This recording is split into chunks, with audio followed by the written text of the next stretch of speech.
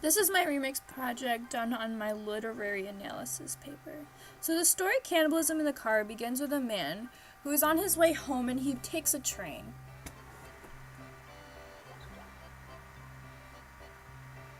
And as he sits there, he's waiting for someone to come sit next to him. And this older gentleman, who we find out later to be his former senator, hops on as well and asks to sit with him.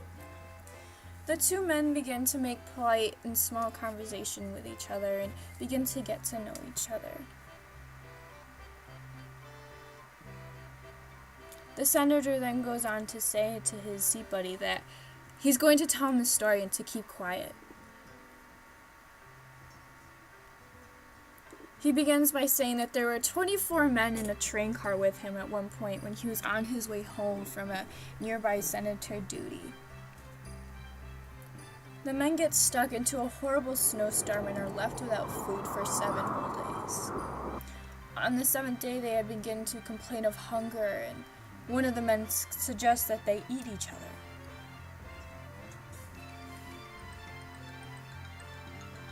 They begin to nominate one another for who should be eaten first and for why they should be eaten first.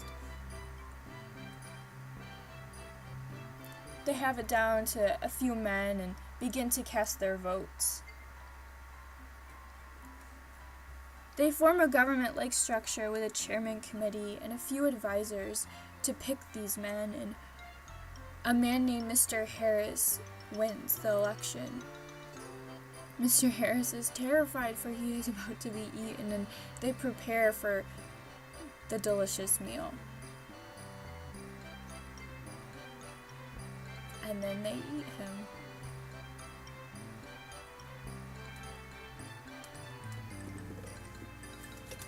And as the days go on, as they're stuck in the snowstorm, they continue to nominate and then vote upon each other, using their smaller democracy to choose who would be to eat in that day.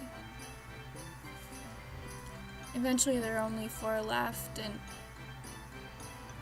they have become content with their full bellies of their comrades in this journey.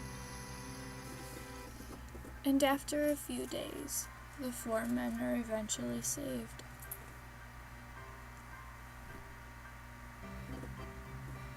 And as the senator sits and tells this story to his seat partner, he begins to instill whether did this really happen? Did he really eat other men? The senator eventually pulls up to a stop and tells his seat partner that, "Oh, this is my stop, it's time for me to get off," and leaves without another word. The conductor overhears the two conversation, and the man comes up to him and says, "Hey, did that really happen?"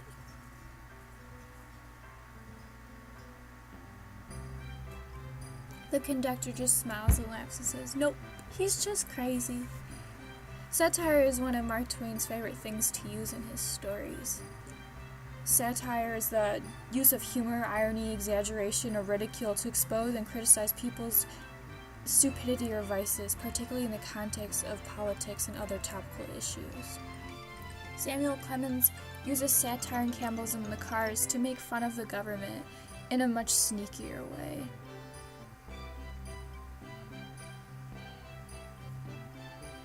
He begins the mockery with the use of the setup of the democratic government to vote on a man to be eaten. There is such irony in when people choose other men to make the best choices for them when they are making inhuman choices for themselves. Clemens suggests that the men enjoyed eating the other men. It is an idea of Marxism where the higher class makes decisions for the lower class. The average people, such as you and I, are often indirectly or directly affected by these choices made by these higher-ups. Clemens is therefore suggesting that can we trust the government to make choices for us? The end.